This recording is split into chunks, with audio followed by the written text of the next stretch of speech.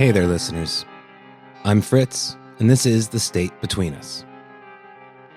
A few nights ago, a family's house was burned to the ground in the Roma settlement of Lubina in the Slovakian city of Košice. The father suffered burns when he braved the flames to remove their gas canister, preventing an explosion and further conflagration of the settlement. The fire was no accident. In the days leading up to it, the community was battered with death threats and other acts of arson and violence, including having rocks thrown at them by people with flashlights at night. The mother of the burned household reported 4 people standing at her home days prior, threatening to set her on fire and murder her children. Other residents reported a further 20 masked men dressed in black lurking around the edges of the settlement before the attack, and another claims that their dog had been shot by an unknown assailant. The community was targeted online by a Hungarian fascist organization calling themselves Crime Hunters, connected to the Hungarian homeland movement led by former members of the defunct Jobbik party. Their attacks on Lubina follow efforts by the Košice city government to expel Slovak Roma families and relocate them into a village in Hungary. At least one Roma resident reporting that the city threatened to take her children away if she did not agree to the exile. The mayor has sworn to wipe out all informal settlements in the city and openly links Roma communities to the spreading of disease and danger. Caught between exile and the threat of murder, the Roma of Lubina are at this moment merely the latest line of a 600-year tale of persecution on the continent that most Europeans, indeed most people, remain largely ignorant of. This is a summary of that story. Ceo život se trudim I jurim ka vrhu da mojima bude to. Dušmane ne čujem, postoje ti ljudi što bi htjeli da dotaknem dno. Iskuliram, zapalim topa I boli me kura što pričaju ko. Sve su to cave što dupe bi dale da sede za moj sto. Oh no, to mi ne treba. Jem prave ljude kad mi nešto zatreba. Vidi još koja godina proletela. U kraju iste priča život kao GTA. Yeah, to mi ne treba. Jem prave ljude kad mi nešto zatreba. Vidi još koja godina proletela. U kraju iste priča život kao GTA. Ceo život se trudim I jurim ka vrhu da mojima bude to. Dušmane ne čujem, postoje ti ljudi što bi htjeli da dotaknem dno. Iskuliram, zapalim topa I boli me kura što pričaju ko. Sve su to cave što dupe bi dale da sede za moj sto. Oh no. So, recently, the State Between Us Discord was talking about our interview with author Joe Kelly on his book The Biggest Lie, in which he explains the southern U.S. roots of American fascism. Listeners on the European side of the Atlantic commented that they were reminded of how liberal European culture, not to mention the European fash, mainstreams anti-Roma racism and how deeply embedded it is in the gen pop of Fortress Europe. Now, I've got some probably distant future episodes that I would like to do with Roma scholars on lesser-known elements of that history, but it occurs to me that probably most of my listeners don't know a whole lot about that general history. So I figured I'd put together a little primer, cobbled together from, what I've learned over the years about how states, citizens, and enforcement agents committed to the oppression and exploitation of Roma people, so that when we do eventually get deeper into those weeds, we'll all have some shared base to stand on here. We're doing like 5 or 6 centuries in about an hour here, so we're gonna move quickly. We're gonna stick and move, but yeah, get ready. Hold on to your hats. So by way of introduction, the ancestors of the people, who we today call the Roma, entered Central Europe sometime in the late 14th and early 15th centuries, and Eastern Europe and the Balkans perhaps a century earlier. This happened in several migration waves from different points of origin, but the general consensus is that most, if not all, Roma groups trace their deep ancestry back to South Asia. But this episode is not going to be making claims about Roma identity or Roma origins. We're going to focus on how the state treated these populations over time. That said, we should probably do a little bit of etymology and explain maybe some terms here at the outset. As with many cultural endonyms, the word Roma simply means the people. In my own language, the now derogatory word gypsy and its Spanish form, gitano, comes from an English slang form of Egyptian, which I'll explain in due course. While the more common derogatory words for Roma people in Europe, like Tsigoin, Tsigan, Zigoiner, etc., descend from the probably Byzantine word atsigani, denoting either an untouchable or untaxable people, depending on which scholar you ask. Today, the general consensus of Roma activists is that any of those derivations, including the word gypsy, evoke racism and disrespect. And for that reason, from this point on, I will be using the word Roma throughout the episode, even in cases where it is anachronistic, which will be, honestly, most of those cases. The Roma today are a hugely diverse set of people, and internal debates rage about who does and who does not belong under that banner. But like I said, I'm gonna be a good Gajo ally here and keep my narc out of all that for this episode. We're going to start in the early modern period with Central Europe and work our way from there to Romania and Spain and England. And of course, we're going to talk a little bit about the Holocaust. And I would also like to slip in a few words about the Roma experience under socialism, maybe a little bit about USSR and Tito's Yugoslavia, but not that much. We got a lot to cover, and we're going to cover it quickly. So, all right, so let's get her done. Part 1. Modernizing the Middles.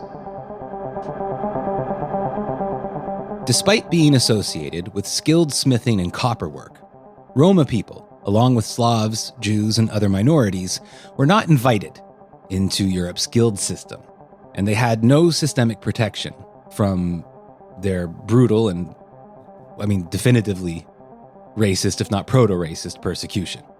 Their arrival in the Holy Roman Empire coincided as well with the large-scale persecution of heretics and vagabonds, supported by both the Catholic and the shiny new Protestant powers.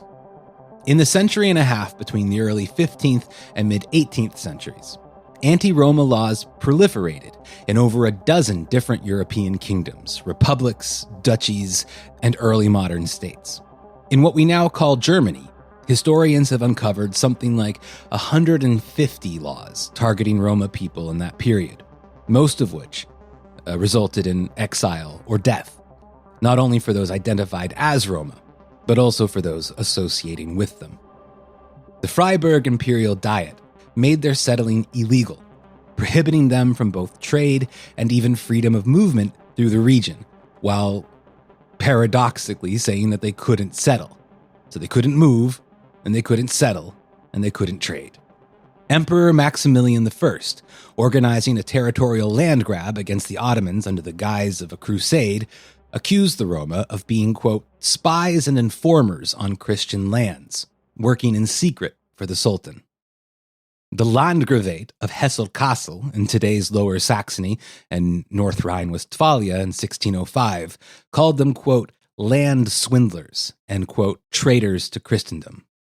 After the 30 Years' War, the multiple Black Plague epidemics that ravaged today's Germany between 1666 and 1721 gave the state even more excuses to attack Roma communities. Having forbade them from settling and forcing them into nomadism, their itinerancy allowed the ruling class and the repressive state apparatus to blame them for spreading disease throughout the territories. In Mainz, the capital of Rhineland-Palatinate, the state demanded the immediate execution of all captured Roma men and the branding and beating of captured women and children. From that point on, the state went full-on genocidal. And honestly, it never really stopped. From the 1700s on, rulers like Holy Roman Emperor Leopold I of Bohemia tried to incite non-state violence and murder against the Roma within his realm, and a couple decades later, the Rhineland's Nassau-Dietz maintained that its citizens were legally permitted and encouraged to, quote, immediately open fire on them, shoot them down, to cut and beat them, without anyone who has shot down or otherwise killed one or more of these birds of prey being considered a crime or liable to any punishment. In Aachen, the state showed grace, I guess, to Roma people who did not fight back, allowing them to, quote, go on their knees and beg of the Almighty, if they so wish, pardon for their sins, and to prepare for death. It was around this time that nobles and other upper-class demons began hunting Roma people for cash money, and seemingly for the fucking sport of it.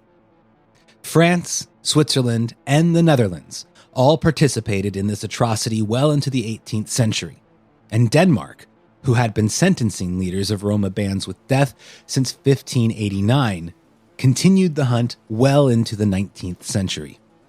From 1765, the French state offered 24 francs to anyone who could capture a Roma man and deliver them into incarceration, and 9 francs for women. Those who weren't killed or imprisoned were conscripted into the military. Donald Kenrick and Grattan Puxon uncovered this terrifying little item in their 1972 study. Again, I am using the word Roma here, although that's not what's written in the quote, just FYI. As late as the 19th century in Denmark, people hunted Roma as they hunted foxes, according to one writer. A great Roma hunt covering 4 districts of Jutland took place on November 11, 1835. The day brought in a bag of over 260 men, women, and children. A Rhineland land-owning aristocrat is said to have entered in his list of game killed during a day's hunting, quote, item, a Roma woman with her sucking babe. In Bohemia and Moravia, today's Czech Republic, authorities decreed in 1710 that Roma women and children must be branded and that either their right or left ear be severed from their heads, depending on which side of the highlands they were captured in. By the 20s, they were just straight up killing them. Holy Roman Empress Maria Theresa and her son Joseph II took a different tack, one that would run from the late 18th through the 19th centuries. At least 18,000 Roma children were stolen away from their families and delivered to Christian households, ostensibly to civilize and Christianize the Roma people out of existence. But in fact, these children were mostly used as slave labor by farms and cottage industries. The German states of Hesse and Thuringia also participated in this mass kidnapping, as did Norway, where stealing Roma children remained a state practice until the fucking 1970s. And while we're on the Nordics, Sweden's King John III was pretty brazen about his reasons for capturing Roma people back in the 16th century, openly decreeing that Roma should be arrested on sight and delivered promptly to his silver mines as forced labor, confiscating all their property in the process, and their children being damned to laboring in the spinning houses. Now, this is an important point. Not only were Roma people in Central Europe exiled, murdered, conscripted, and hunted for sport, but their property was also liquidated and absorbed into state coffers, and tellingly, in times of financial crises for these states caused by plagues, war, political upheavals, etc., in the Holy Roman Empire. The Nazis did not invent this process. They just modernized it, and they brought it into line with the 20th century's obsession with eugenics. The Central Office for Fighting the Roma Nuisance was founded in Munich at the end of the 19th century, and when Interpol fell under Nazi control after the Anschluss in 1938, the Central Office's mission was picked up by the International Center for the Fight Against the Roma Menace in Vienna. That's Interpol. It's around that time that J. Edgar Hoover decided to join up with Interpol. I'm just saying. Between 500,000 and 1.5 million Roma people were murdered during the Holocaust, while others were sent to the front as forced conscripts in the Wehrmacht.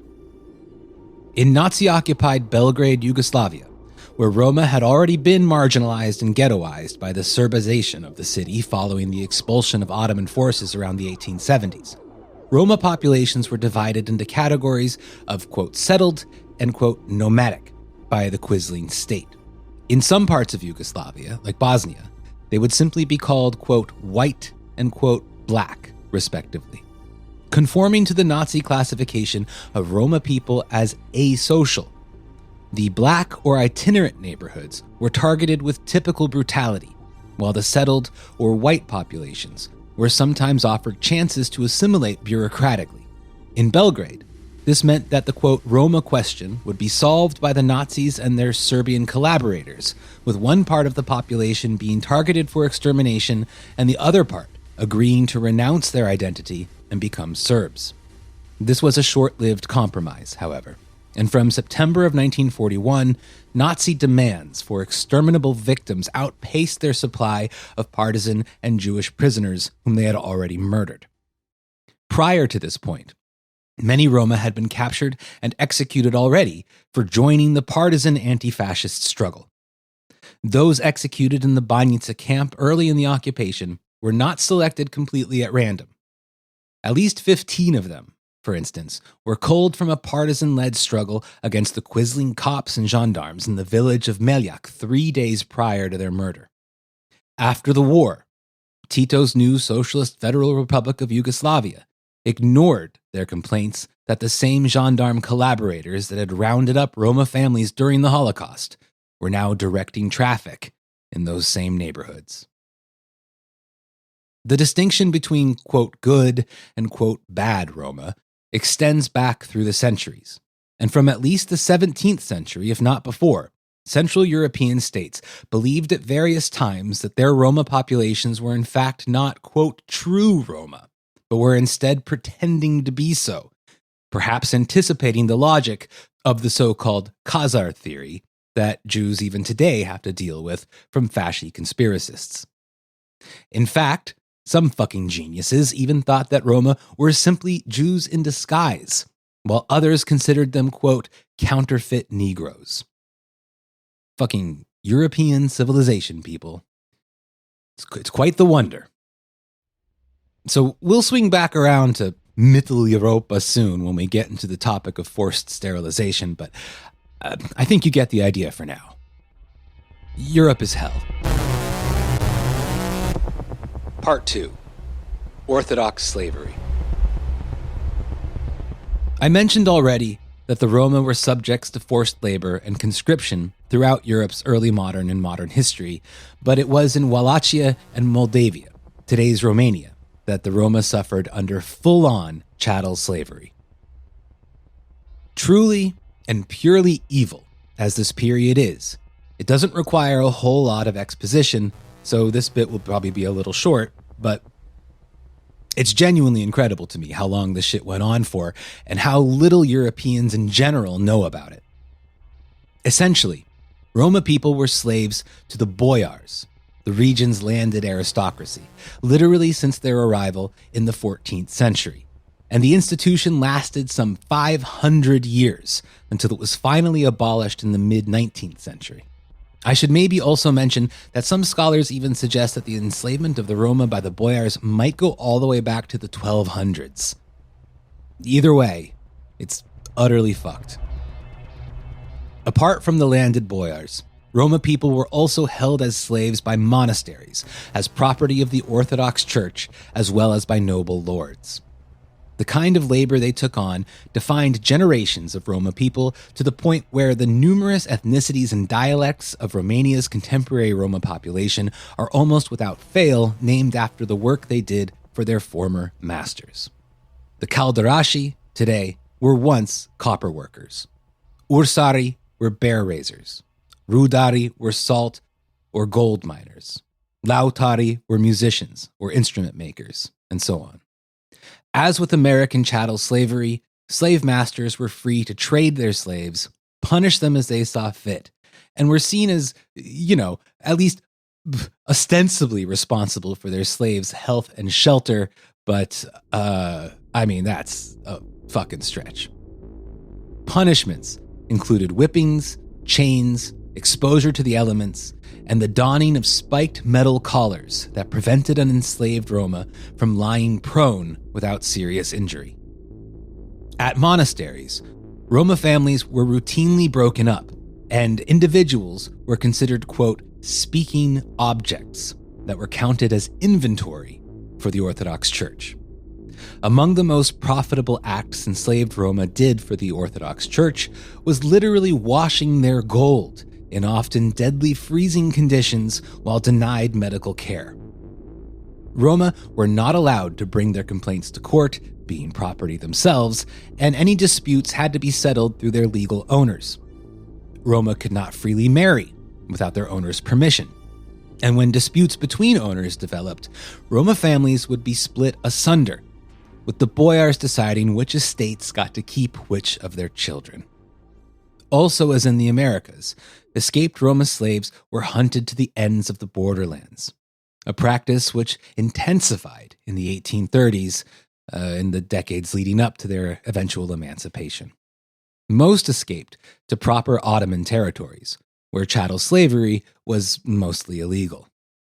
Wallachia and Moldavia were indeed Ottoman vassal states, but they had special privileges that actual Ottoman territories did not have, chattel slavery being key among them.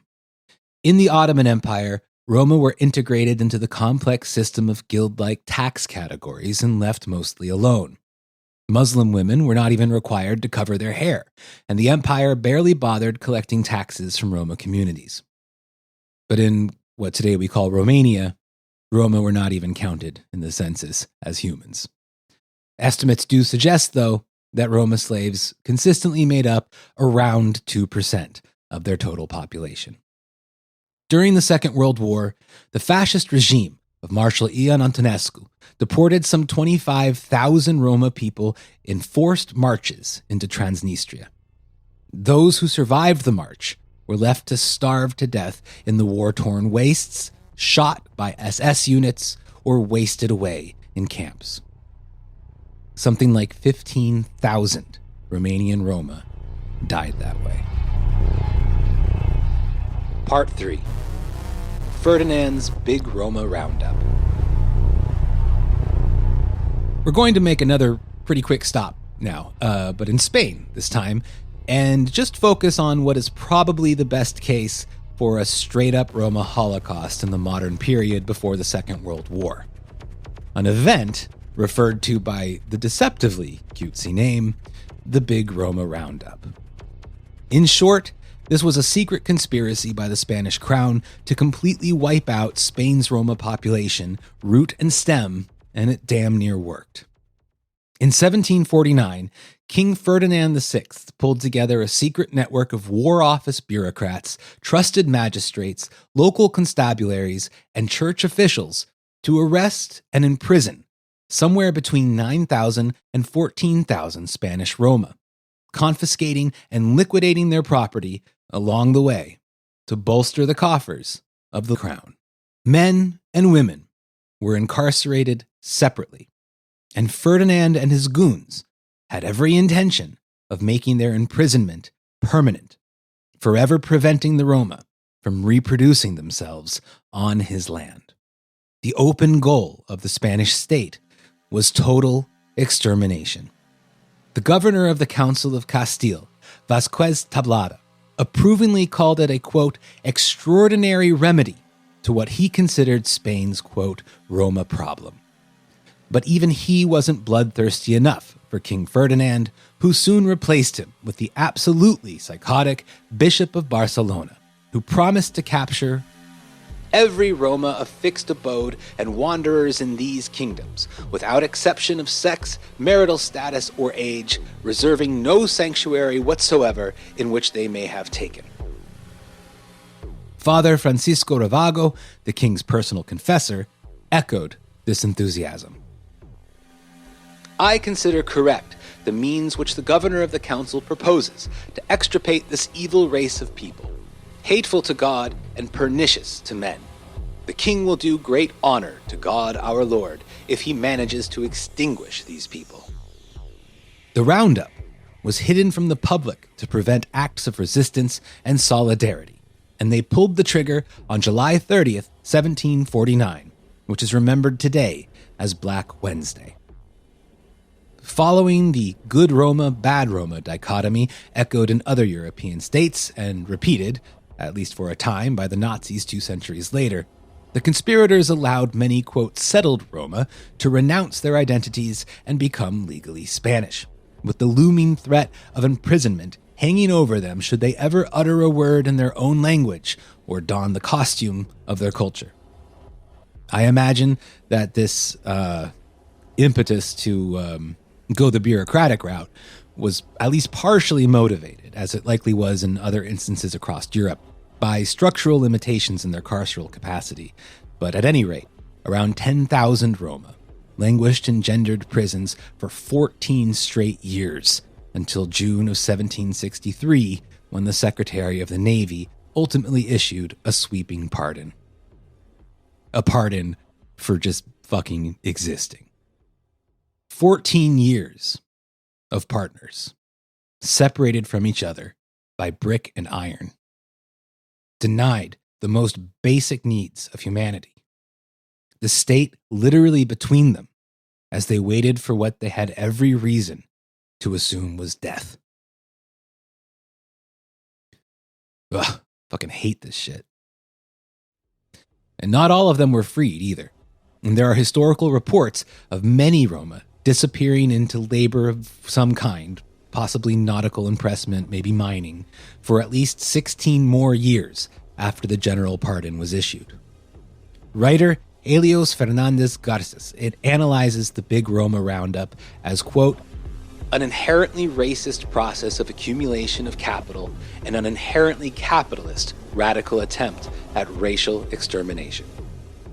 Scholar Margareta Matash considers this event a fully modern genocide and argues that the secrecy surrounding the order and the indirect method of extermination through the separation of the sexes requires us all to rethink our contemporary reliance on proving what's called the mens rea requirement for identifying genocides. That is, the requirement that a stated genocidal intention can be found, like openly stated publicly. And this argument should ring true for those who are today calling for the recognition of the Palestinian genocide. Being a sneaky fuck should not mean that you're innocent. This is something to keep in mind, by the way, when we circle back around soon to 20th century sterilization programs. But first, we have one very annoying itch to scratch in our historical journey here. Part 4. Counterfeit Egyptians and the fucking English. The oppression of the Roma in Tudor England is especially relevant to the state between us because it is tied very tightly, if not indirectly, to the birth of transatlantic capitalism, the colonization of the Americas, and this whole fucking mess that we like to talk about here on the show. The people we now call the Roma arrived in England at the dawn of the 16th century, possibly in the wake of the Black Death. Early migrants introduced themselves as, quote, Egyptians, to avoid, in my opinion, completely blowing the tiny minds of this backward island ruled by petty gangsters. One of the earliest mentions of these people, whom the English state would come to call, quote, counterfeit Egyptians, comes from Thomas More's Dialogue Concerning Heresies in 1529, which should give you a pretty good sense about what's to follow. Even earlier references stretch back to 1504 in records of Roma entertainers, continuing into the teens, where writers note their presence in the aristocratic halls of Suffolk, Thornbury, and Gloucestershire. At this point, the English elite seemed to regard them as a fun novelty, but this took a very sharp turn by 1530, when they began to be charged with bullshit like idleness, immorality, and falsehood. Basically, they're being charged for being fun and cool. And the decidedly unfun and uncool Henry VIII straight up called for their banishment already in 1531 on the basis of their itinerancy, thievery, and of course, their heresies. Yeah, leave it to the guy who created the Church of England to moan about heretics. In fact, Henry's private war with the Catholic Church was probably one of the motivating factors for the crackdown. Because he was a whiny little tool, the Holy Roman Empire didn't have England's back anymore, and the economy and Henry's legitimacy were suffering the consequences. He declared that any Roma who did not leave his overcast mudhole within 16 days would be subject to imprisonment and their goods and properties taken by the state. Now, it is very important here to mention that the Roma in England, and probably elsewhere, were not necessarily poor, as today's stereotypes about Roma would assume. In fact, many of them were fucking rolling in it. It was not at all uncommon for a Roma community to own large stables of great horses, of fine textiles, of masterfully made silver and copperware, and quite a lot of money in the 16th century. These were highly skilled people, after all. One account records that when some Roma people were threatened with execution, their family and their friends were able to raise what today would be valued at several $100,000 to bail them out. Roma were made poor and itinerant in England because the state stole from them and kicked them around the country. I have no doubt that this was probably true throughout much of Europe. While they are punished historically for their nomadism and poverty, it was in fact the state that made that true. Moreover, making being Roma illegal in 16th century England allowed the kingdom to stock its burgeoning naval empire with fresh pressed labor. From Henry's colonization of Ireland to Elizabeth's opening up of Africa and creating new slave markets, Roma captives could simply be plucked from their homes and fed into the meat grinder of state power and soon of capitalism's birth as a world system. This was very much the legacy of Henry's 1531 Vagrancy Acts, which evolved in 1536 to warrant the death penalty.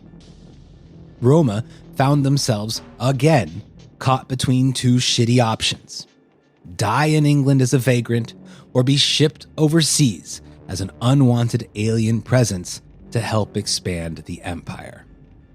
I am immediately reminded of the Roma people of the settlement of Lubina in Košice that we opened the episode about. This situation just doesn't go away. Regular people, by the way, at that time, apparently not only didn't mind having the Roma around in England, but very often merged families and cultures with them, providing yet another threat to the state and its authority. By 1554, it was a literal felony to be Roma in England, and by the 1560s, now well into the Elizabethan era, you were equally threatened with death, confiscation of property, or impressment simply by being found in the company of Roma people. These laws were undoubtedly precedents for what would become the first race laws in the New World that literally created white people less than a century later. The foundations of race, in the modern sense, have always lay with the logic of state power, as they do to this day. It is worth noting that the death penalty was actually not meted out as freely as it was in Central Europe in this same period. The English crown seemed content to use it as an ongoing threat to leverage their thievery of Roma property and to bolster their labor needs, especially those in the brand new Royal Navy. It is a fact, although not a well-known one, that Roma sailors were among the first to settle the New World, forced alongside their fellow Irish and other so-called vagabonds into becoming part of the original transatlantic proletariat that Marcus Rediker taught us about in episode 33 last month. Smaller fries in the English hierarchy were especially bothered with the presence and popularity of Roma people in their lands, and dicks like the Kentish administrator Thomas Harmon in 1567, an accomplished alliterator, sincerely hoped that this, quote, "rousy, ragged rabblement of rakehells would be completely exterminated and the memory of them clean extinguished by the end of the century. But either because the crown wasn't financially motivated to do that, or because the underdeveloped carceral system couldn't handle it, or simply because the ruling class are genuinely fucking idiots and the Roma just outsmarted them at every turn, this was not to be. Shit got even more serious, the more pious and superstitious the ruling class became. Reginald Scott tried to call the Roma out in his 1584 Discourses of Witchcraft, where he accused the so-called counterfeit Egyptians of practicing heretical forms of wizardry. Although, to his credit, he did acknowledge that they were probably just trying to make a buck. In 1608, racisms began to merge, and Thomas Dekker, the Elizabethan dramatist, complained that they were a, quote, strange and dangerous people, quote, more scattered than the Jews and more hated. By the start of the 17th century, all sorts of people would start to get called, quote, gypsies by upper-class pricks, including Jesuits, Puritans, Presbyterians, Independents, Quakers, Republicans. I mean, at this point, it was just a full-on insult that could be lodged at anyone who supposedly threatened the moral and political order of the day. Those who travel through continental Europe will hear this exact thing, like even now. It's often an insult thrown against somebody for their supposedly disorderly behavior.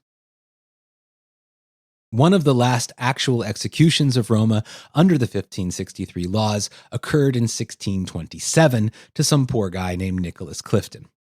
The simple fact was that only the wealthy and powerful really hated the Roma, right? The commoners often felt solidarity with them. And there are plenty of recorded instances of townspeople rising up to defend those who were targeted by the state. And that's also not to mention the resistance of Roma people themselves, which is often under-recorded. And, a lot of that's lost to history, sadly. The close ties of Roma people to the English underclasses can still be seen in the English cant language of Polari, used historically by everyone from travelers to thieves to sailors to sex workers to theater performers to homosexuals who had to communicate and organize underneath the radar of England's draconian tendencies. The Polari cant was born from a mix of Romani and Yiddish, mixing with the just awesome pirate tongue of Mediterranean lingua franca, and finally landing in a song on David Bowie's last album, Black Star. I'm going to stop there with the UK. I think we have plenty of history under our belts now, and I'm sure y'all would love a minute or two to mull it all over, but too bad. We've got one more horrible thing that we need to talk about. And it takes us right back to where we began, Slovakia. Part 5. Sterilization in Soviet satellites. The experience of the Roma in the Soviet Union was mixed at best from my gathering. I don't know a whole lot about it, but I understand that it wasn't as nice as in socialist Yugoslavia, which, with all its problems, still gave us the World Romani Congress through the non-aligned movement. The Soviets oscillated, as far as I've read, between cautious, let's say, acceptance of Roma people and bureaucratic elimination. But I'm still a bit confused about that history, so maybe we can have someone at some point break it down for us. I am, however, unfortunately, very aware of what went down in some of the USSR's Western satellite states, and it's not great. The forced sterilization of Roma women is not just a Slovakian issue, although we are going to focus for a bit on Slovakia. And tragically, it's not something whose study can be confined to the Second World War either. While the first half of the 20th century saw both Western and Eastern European countries engage in wholeheartedly anti-Roma eugenic practices, and I'm talking here of places like Austria, Finland, France, Denmark, Switzerland, and others, Many of them cut it out after the defeat of fascism in 1940s, well, at least some of them did. But others, like Sweden, kept that shit going well into the post-war period, finally ending the practice in the 1970s. But Czechoslovakia kind of stands head and shoulders above the competition here, I'd say. Careful not to mention Roma people directly. A decree in 1972 that legalized the sterilization of socially unhygienic elements massively disproportionately targeted Roma women, leading some Roma scholars and activists to controversially call it a, quote, new Holocaust, albeit a much subtler and slower one. And however one might feel about that terminology, it is undeniably that some severely fucked up shit has been going on there. Shit that survived the fall of the Nazis and the fall of the USSR. Between 1972 and 1990, 36.6% of women sterilized in Czechoslovakia were Roma, despite the fact that Roma women make up something like 1% of the population there. To make the case even more obvious, these laws were introduced at a time when the country was very openly worrying over a crisis of low national birth rates. I mean, I don't need to explain what's going on there. Roma scholar Margareta Matash cites a couple of damning state-sponsored reports from 1975 and 1977, respectively. The first reads, and again, I'm using the word Roma here when it is not in the document, "The explosion of the Roma population brings with it a whole number of negative consequences, which manifest themselves in the decreasing quality of the Roma population itself, as well as the population in general, and also the decreasing social, economic, and cultural level of Roma families." That's the socialist state of Czechoslovakia there. That's not a Nazi quote. The second, from the Slovak Governmental Bureau for the Question of the Roma Population to the Ministry of Labor and Welfare, reads in this, in my opinion, genocidally patronizing way. "With the Roma population, it is not unusual to see families with too many members, where there are a lot of chronic alcoholics, freeloaders, and habitual offenders who do not know how to raise children properly.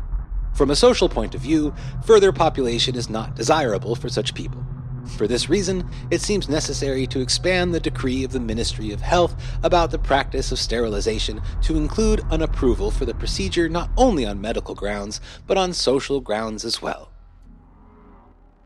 Now, I know that Western socialists are often surprised and taken aback at the instinctive distrust that a lot of Eastern European and Balkan anarchist critics express towards state socialism, and it's probably unfair to lay all this shit at the feet of etatist socialism entirely, but I think after seeing this shit, you might understand at least some of where that instinct comes from.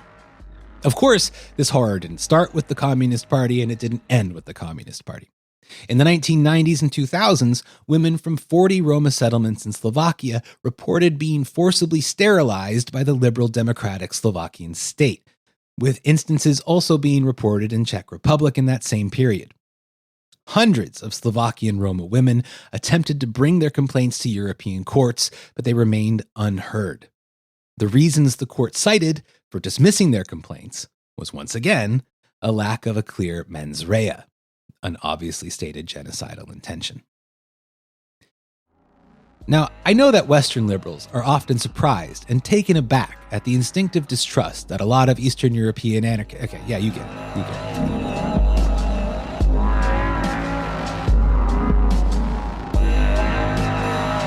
So let's wrap this up here. It's been a dense ride, and it's not a comprehensive study that we did here by any means. This is, unfortunately, a kind of a broad sampling of the history of Roma oppression in Europe. And the burning of the Lubina settlement in Košice that we discussed in the introduction of the episode is a crime and a tragedy, obviously. But it is not unique in contemporary Europe, neither East nor West, neither liberal nor socialist nor fascist. Former Yugoslavia spent the first decade of the 2000s bulldozing through Roma settlements, sometimes to make a place look nice for visiting dignitaries, sometimes for supposed health and hygiene reasons, and sometimes for no reason at all.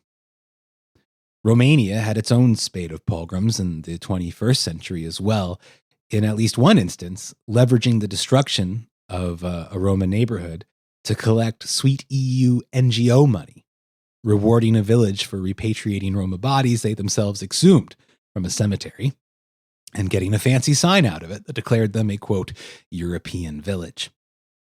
The now defunct Magyar Garda in Hungary terrorized Roma settlements for years, forcing residents to defend themselves as the police stood by and watched. Austrian neo-Nazis killed 4 people in a Roma settlement near the wealthy white village of Oberwart by planting a bomb behind a sign that read, not in this language, but read, Roma, go back to India. A 16-year-old Roma boy was beaten senseless by a dozen French residents of a housing estate in Saint-Denis after being accused of stealing in 2014. I mean, this list is endless. It is endless. This list begins today, every single day, and it stretches back nearly 600 years.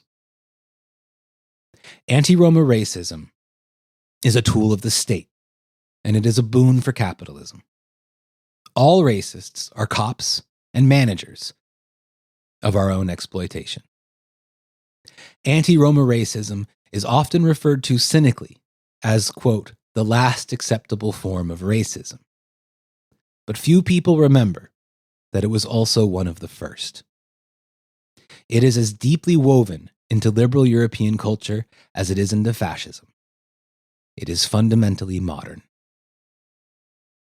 All racist stereotypes about the Roma are actually forgotten projections of state repression of the Roma.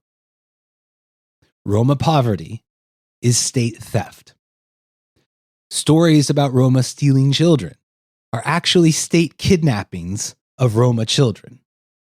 Roma nomadism is actually the state exile of settled Roma communities, etc., etc., etc.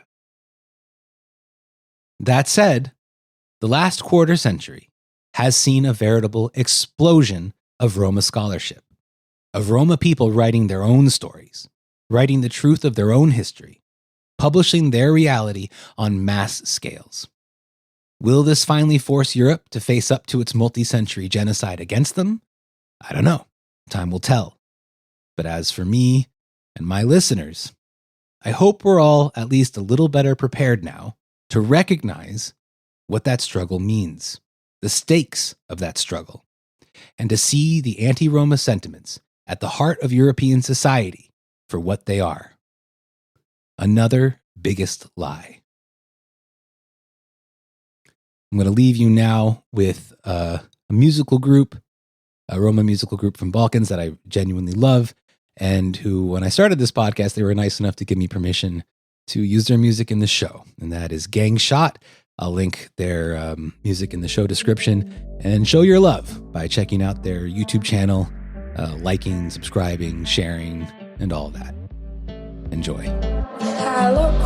Prosranja prošao sam i sama glava mi luda. Prođi ubrzanim hodom jer u kraju je džungla. Ako ti nešto treba, tu sam za 2 minuta. Nikako preko fona, baš hoće nas ismupa. Al pa to malo sutra. Držim se jako bruda. Pola mi njih unutra. Ali omerta bruda, bit će bolje sutra. Bio sam dobro dete, ulica vas pitala. Po gradu Nina na klinci brži od Intera. Borba svakog dana da bi došlo se do dinara. Da brojimo te pare, ko jebena mašina na. Zajebi me tih plida, prošao sam to. Nikad nismo bili, nećemo biti isti nivo. Ja i dalje tu sam u kraju, vi sami ne znate gde ste. Vi samo znate da pevate kad vas pandur pretrese. Zajebi me tih plida, prošao sam to. Nikad nismo bili, nećemo biti isti nivo.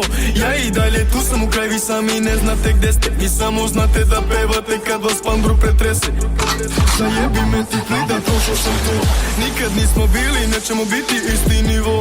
Ja i dalje tu sam u kraj, vi sami ne znate gde ste. Vi samo znate da pevate kad vas pandur pretrese. Zajebi me tih plida, prošao sam to. Nikad nismo bili, nećemo biti isti nivo. Ja i dalje tu sam u kraj, vi sami ne znate gde ste. Vi samo znate da pevate kad vas pandur pretrese.